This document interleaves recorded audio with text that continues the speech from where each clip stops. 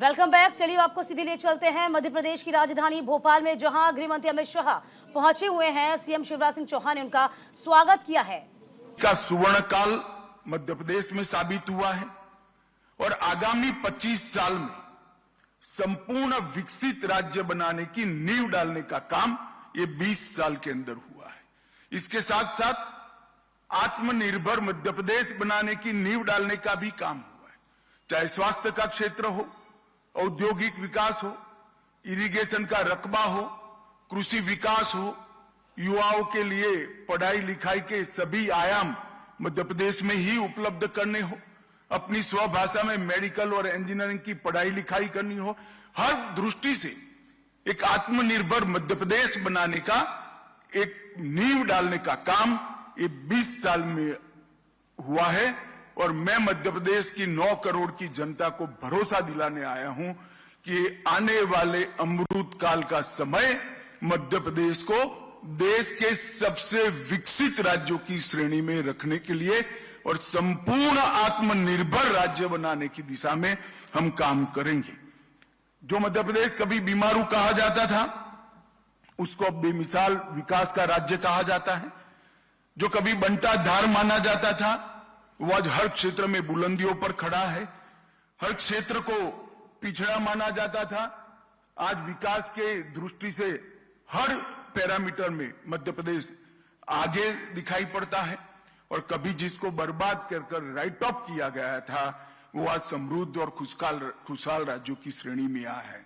20 साल में बिजली, पानी, सड़क, शिक्षा, स्वास्थ्य, अर्थव्यवस्था, सुशासन और कानून और व्यवस्था, ये सारे पैरामीटर्स के अंदर आमूल चूल परिवर्तन किया है।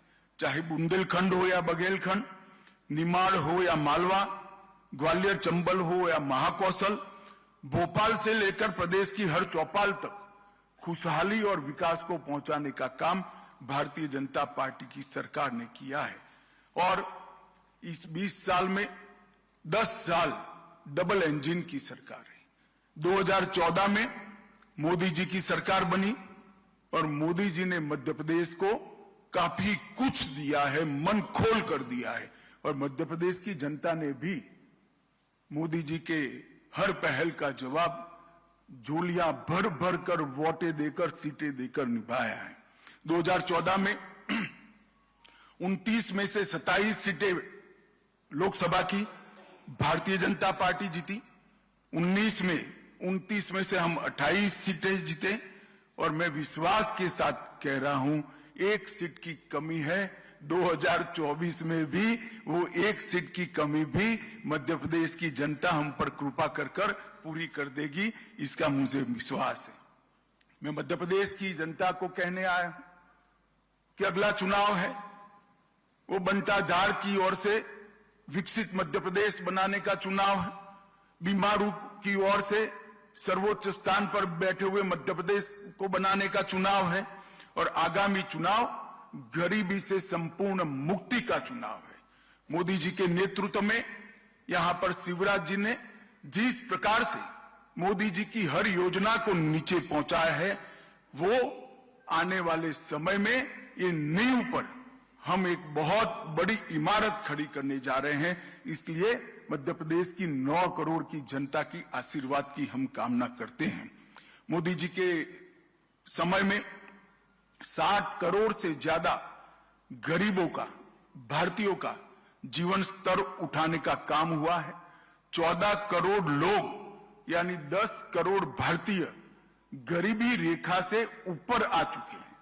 और आजादी के बाद ऐसा समय कभी नहीं आया कि एक 10 साल के समय में 10% लोग, आबादी के 10%, गरीबों के नहीं कहता, गरीबों की गिनेंगे तो 15%, 10% लोग गरीबी रेखा के ऊपर आए हैं। और इसीलिए मोदी जी को गरीब कल्याण का पुरोधा मानते हैं गरीब। और इसका मैक्सिमम फायदा जो 2-3 राज्यों को मिला है, उसमें से एक हमारा 9 करोड़ की आबादी वाला मध्य प्रदेश है। और उन्होंने हर क्षेत्र में प्रगति की है। मध्य प्रदेश सरकार ने शिवराज जी के नेतृत्व में, हमारे अगले 2 मुख्यमंत्रियों के नेतृत्व में मगर बड़ा कालखंड शिवराज जी का है। शिवराज जी के नेतृत्व में ढेर सारे परिवर्तन किए थे और मैं मानता हूं और मैं चाहता हूं कि दाएं बाएं भड़काए बगैर श्रीमान बंटाधार और कमलनाथ जी इन चीजों का स्पेसिफिक जवाब दें कि 2002 में आपने बजट का कुल आकार 23,100 करोड़ पर छोड़ा था, हमने इसको 3,14,000 करोड़ पर पहुंचाया है और ये वृद्धि का दर समग्र देश में दूसरे नंबर पर है।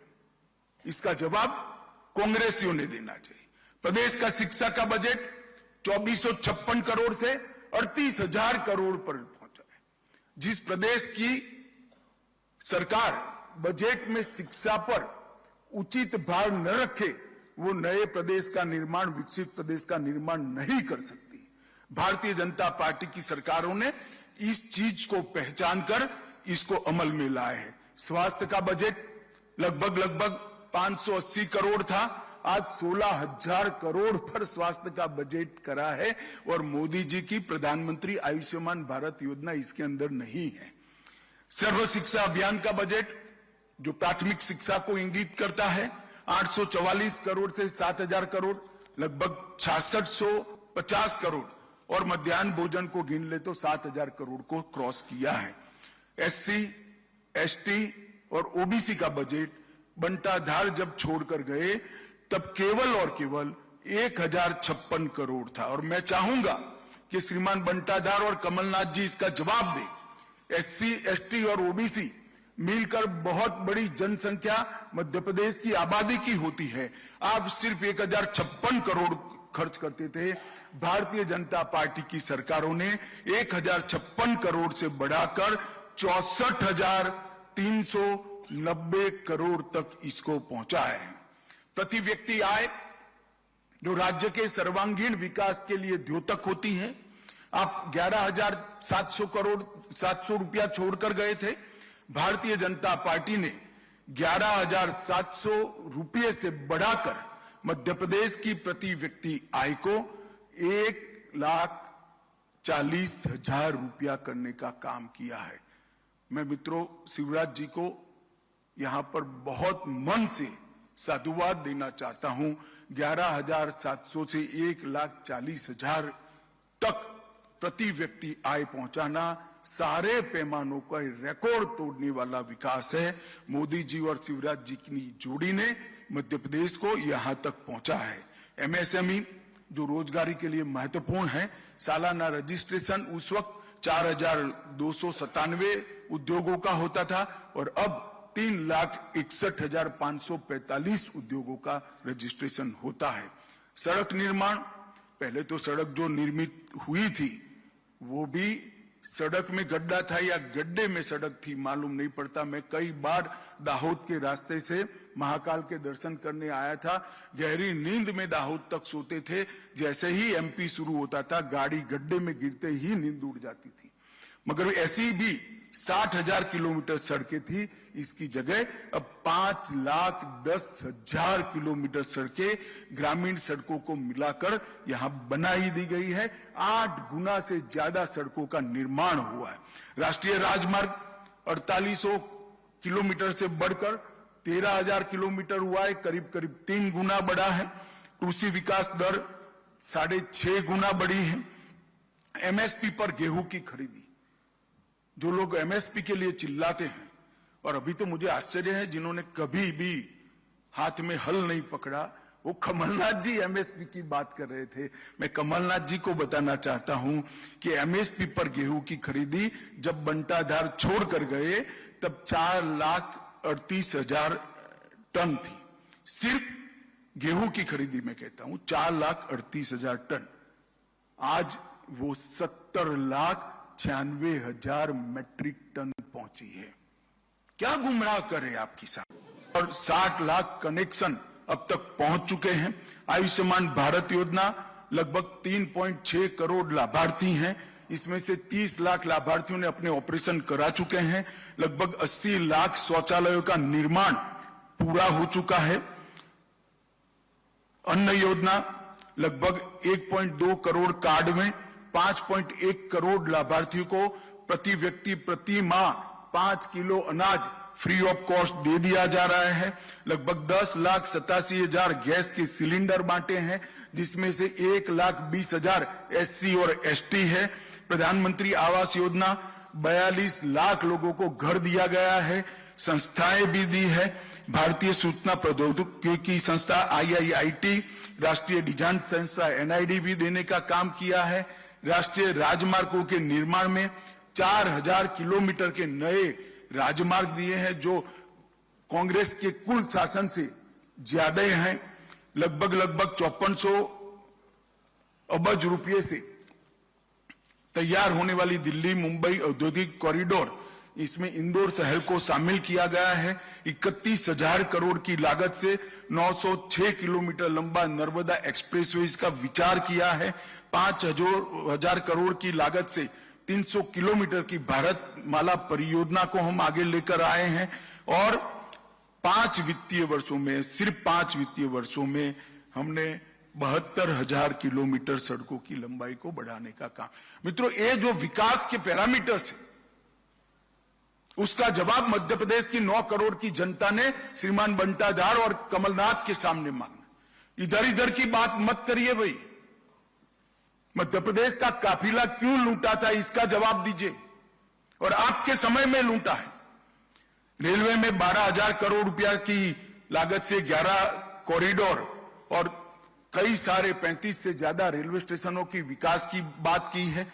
3 एयरपोर्ट, ग्वालियर हवाई अड्डा 500 करोड़ की लागत से, रीवा हवाई अड्डा 2023 तक चालू हो जाएगा अंत के पहले, और 412 करोड़ की लागत से जबलपुर के हवाई अड्डे का भी टर्मिनल बन रहा है। लगभग 4190 करोड़ से ग्रीनफील्ड SEZ पीथमपुर में लगाया जा रहा है। 3,000 करोड़ से 600 मेगावाट ऊर्जा उत्पादन वाला सबसे बड़ा सौर ऊर्जा प्लांट खंडवा में स्थापित होगा। 2400 करोड़ से पूरे देश को गौरव हो ऐसा आदि शंकर का अद्वैत स्मारक बनाने का काम भी हमारी सरकार ने किया है। ओंकारेश्वर खरगोन में अंतर्राष्ट्रीय अद्वैत वेदांत संस्थान की भी निर्मित हम कर रहे हैं। 3900 में से 2639 लक्ष्य है, उसमें से 2648 अमृत सरोवर बना दिए गए हैं। बस 204 एकड़ भूमि में IT प्रदेश मध्य प्रदेश में दूसरा बनाया जा रहा है। और अंतर्राष्ट्रीय क्रिकेट स्टेडियम भी ग्वालियर में बन रहा है। मध्य प्रदेश की 20 साल की उपलब्धियों को देखें तो विकास दर 16% से अधिक हुई है। प्रति व्यक्ति आय 1,40,000 रुपये से ऊपर पहुंची है। सड़क नेटवर्क 5 लाख किलोमीटर से ऊपर पहुंचा है। ऊर्जा क्षमता 29,000 मेगावाट से आगे पहुंच गई है। सिंचाई क्षमता में विशेष अभिनंदन शिवराज जी का करना चाहता हूं। सिंचाई का जो जाला उन्होंने बुना है, करोड़ों गरीब किसानों के लिए आशीर्वाद है। सिंचाई क्षमता 47 लाख हेक्टेयर तक पहुंची है। 46 लाख बेटियों को लाडली लक्ष्मी योजना से फायदा मिला है। 53 लाख से अधिक महिलाओं को स्व सहायता समूहों से हमने फायदा पहुंचाया है। उज्जैन में महाकाल महालोक का निर्माण किया है। ओंकारेश्वर में, जैसे मैंने आगे बताया, एकात्म धाम बनाया है। भोपाल और इंदौर में मेट्रो रेल को सफलता से रोल आउट किया है। मेडिकल कॉलेजों की संख्या 24 तक पहुंच चुकी है। इंजीनियरिंग, पॉलिटेक्निक और मेडिकल की पढ़ाई लिखाई हिंदी भाषा में शुरू कर गरीब बच्चों के लिए एक लघुता ग्रंथि के निवारण का एक बहुत बड़ा माध्यम हमारी सरकार ने बनाया है। ट्राइबल के लिए पेशा कानून को हमने प्रस्तावित करने की देश भर में दूसरा ही राज्य है जहां शुरुआत हुई है। गरीबों ट्राइबल्स के सम्मान के लिए हमने स्वतंत्रता संग्राम संग्रहालय से लेके कई बड़े बड़े स्थानों पर हमारे प्रातस्मरणीय ट्राइबल नेताओं के नामों को जोड़ा है। और आज देश में सबसे बड़े फेवरेट इन्वेस्टमेंट डेस्टिनेशन के रूप में मध्य प्रदेश चिन्हित हो चुका है। मित्रों, बीच में 15 महीने कांग्रेस की सरकार भी रही। एक प्रकार से मध्य प्रदेश की 9 करोड़ की जनता के लिए एक 15 महीने का कांग्रेस का शासन तुलनात्मक अभ्यास के लिए, कंपैरेटिव स्टडी के लिए उपलब्ध है। क्या किया इन्होंने 15 महीने? और मैं फिर से कहता हूं, श्रीमान बंटादार और कमलनाथ ने इधर उधर की बात करे बगैर इसका जवाब देना चाहिए।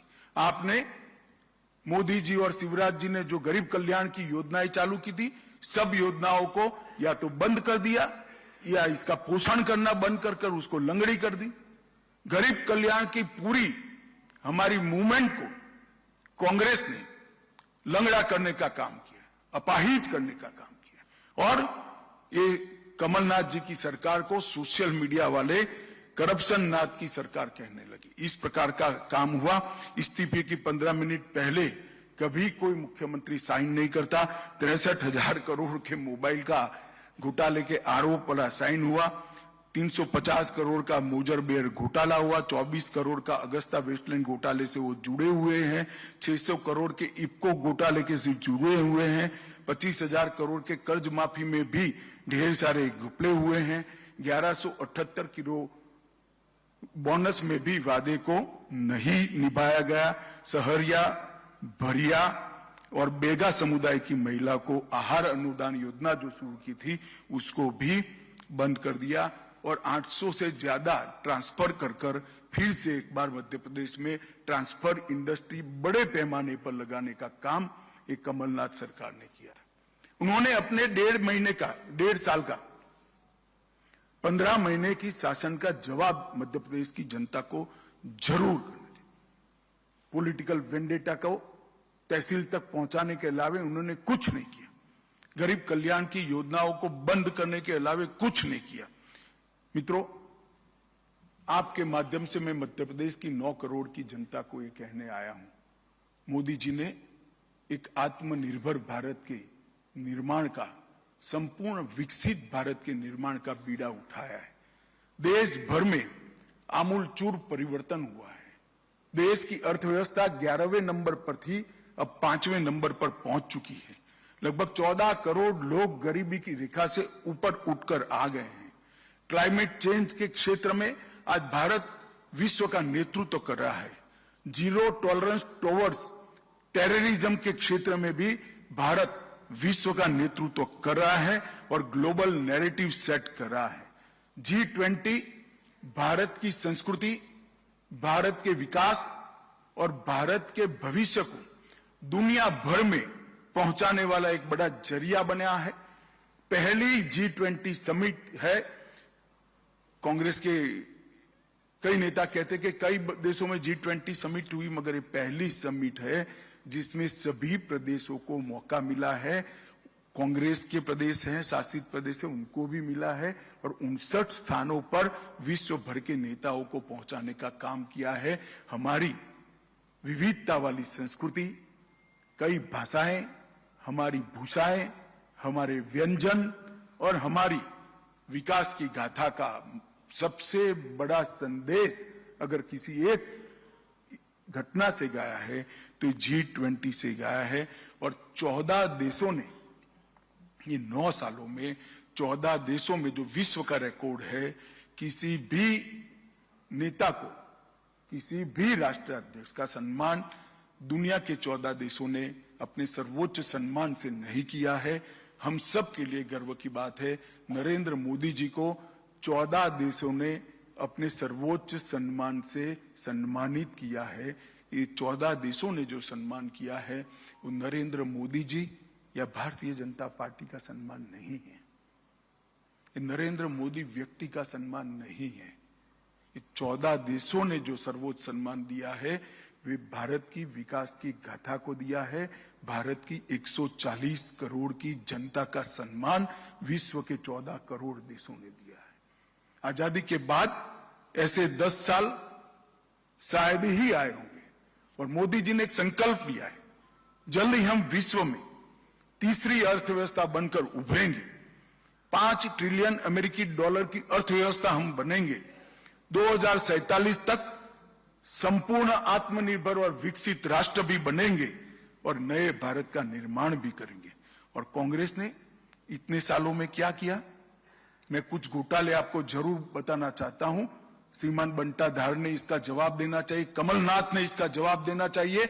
जब जब आपको शासन मिला, घोटाले के अलावे आपने कुछ नहीं किया। आपने बोफोर्स को घोटाला किया, 2G स्पेक्ट्रम का घोटाला किया, सत्यम का घोटाला किया, कॉमनवेल्थ गेम का घोटाला किया, कोयले का घोटाला किया, चॉपर का घोटाला किया, टाटा ट्रक का घोटाला किया, टेट्रा ट्रक का घोटाला किया, वोट के बदले नोट का घोटाला किया, आदर्श हाउसिंग का घोटाला किया, नेशनल हेराल्ड का घोटाला किया, DLF घोटाला किया, चारा घोटाला किया, खाद्य सुरक्षा बिल का घोटाला किया, गाजियाबाद प्रोविडेंट फंड का घोटाला किया, हर्षद मेहता का शेयर बाजार का घोटाला किया, हसन अली का हवाला कांड किया, IPL का घोटाला किया, LIC हाउसिंग का घोटाला किया, मधु कोड़ा कांड किया, राफेल लड़ाकू विमान की खरीदी में घोटाला किया, फायर प्रोन सबमरीन का घोटाला किया, मंदिर कलेक्शन का घोटाला किया और वॉक्सवैगन इक्विटी का घोटाला किया। भाई जरा अपने गिरेबान में झांक कर देखो। और ये 24 घोटाले जो मैंने किए हैं, नाम दिए हैं, वो 24 घोटालों को आपने मध्य प्रदेश की जनता को और देश की जनता को जवाब देना है। मित्रों, मोदी जी के नेतृत्व में आज भारत कई क्षेत्रों में नंबर 1 पर पहुंचा है। डिजिटल लेन देन में नंबर 1, LED बल्ब वितरण में नंबर 1, सबसे बड़े स्वच्छता कार्यक्रम में नंबर 1, टीकाकरण में नंबर 1, दाल उत्पादन में नंबर 1, दूध उत्पादन में नंबर 1, जूट उत्पादन में नंबर 1, बाजार उत्पादन में सबसे पहले और सबसे अधिक रेल इंजन बनाने वाला देश अगर कोई है तो हमारा भारत है। 2 नंबर पर मोबाइल, सीमेंट, स्टील, कॉटन, चाय और स्टार्टअप में नंबर 3 और मोटर व्हीकल में भी नंबर 3। आप मुझे ये पूछेंगे कि ये सारा भारत का यहां क्यों गिना रहे हैं? मैं इसलिए गिनाना चाहता हूं कि अगले 5 साल के लिए मध्य प्रदेश की जनता ने फैसला करना है, मध्य प्रदेश की जनता ने निर्णय करना है। इस 24 घोटालों की सूची में मध्य प्रदेश को शामिल होना है या नंबर 1 और नंबर 2 बनाने वाली सूची में मध्य प्रदेश को शामिल होना है। अगर घोटालों की सूची में शामिल होना है तो दिन की प्रतिष्ठा ऐसे 2 नेता है ही है, श्रीमान बंटाधार और श्री कमलनाथ। और भारत को विकसित बनाने की सूची में अगर शामिल होना है, नंबर 1 और 2 की सूची में शामिल होना है, तो मोदी जी के नेतृत्व में यहां पर भारतीय जनता पार्टी की सरकार बनानी पड़ेगी। और 20 साल से गरीब कल्याण का जो हमने यज्ञ शुरू किया है उसको और गति देने की पड़ेगी। आप सबके माध्यम से मैं 9 करोड़ की मध्य प्रदेश की आबादी से, जनता जनार्दन से आशीर्वाद की अपेक्षा करता हूं। आपने हमेशा श्रीमान कुशाभाऊ के समय से हमें हमेशा आशीर्वाद दिया है। मध्य प्रदेश भारतीय जनता पार्टी के सबसे मजबूत संगठनों में से एक संगठन वाला प्रदेश है। यहां पर गांव तक, कस्बे तक हमारा संगठन फैला हुआ है। बूथ तक, बूथ के मतदाता सूची के पन्ने तक हमारा संगठन फैला हुआ है। ये भी आपके आशीर्वाद के बगैर, जनता के आशीर्वाद के बगैर संभव नहीं है। आज मैं एक सदस्यता अभियान भी लॉन्च करने वाला हूं ग्वालियर में। इस प्रेस वार्ता के माध्यम से मैं मध्य प्रदेश की जनता को कहना चाहता हूं कि आप सभी इस सदस्यता अभियान से जुड़िए, गरीब कल्याण की यात्रा से जुड़िए, मध्य प्रदेश को विकसित मध्य प्रदेश बनाने की यात्रा से जुड़िए और मध्य प्रदेश को आत्मनिर्भर मध्य प्रदेश बनाने की यात्रा में जुड़िए और मोदी जी की महान भारत की रचना की यात्रा में आप जुड़िए। यही मेरी मध्य प्रदेश की जनता से अभ्यर्थना है। धन्यवाद। धन्यवाद माननीय गृह मंत्री जी। अब संक्षिप्त एक प्रश्नों का एक सत्र है। मैं सभी मूर्धन्य और महनीय बंधुओं से आग्रह करूंगा कि सबसे पहले अपना नाम और अपने संस्थान का नाम करके माननीय गृह मंत्री जी को अपना प्रश्न संबोधित करें। जी जी जी जी जी, एक एक करके। सरवन जी 1 मिनट। शरद जी का प्रश्न। आदरणीय शरद जी। 1 सेकंड। इतने छोटे फोरम में डिसिप्लिन रह ही सकती है, आप जरा भी चिंता मत करें, मैं सबका जवाब दूंगा। बताइए आप।